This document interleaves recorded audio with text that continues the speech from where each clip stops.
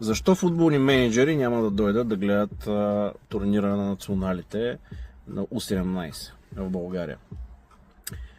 Ами защото незнаено как 2 дена преди събитието датата е променена. Всички скаути, повечето от тях им правим самолетни билети и настаняване, трябваше да дойдат в петък, т.е. утре, и да гледат мачовете, вечерта да се тръгнат, защото все пак в чужбина е тяхния Великден. Изведнъж разбрахме, че датата е сменена. Как според вас всички да се сменят билетите и да дойдат точно баш на техния Великден? Няма как да стане. Затова скаути, може би ще има малко, но тези, които са от големите клубове, на които ние правихме пътуването, няма да дойдат. Защо е преместена датата? Нямам идея. В крайна сметка не ме интересува. И скаутите не ги интересува, и менеджерите също не ги интересува.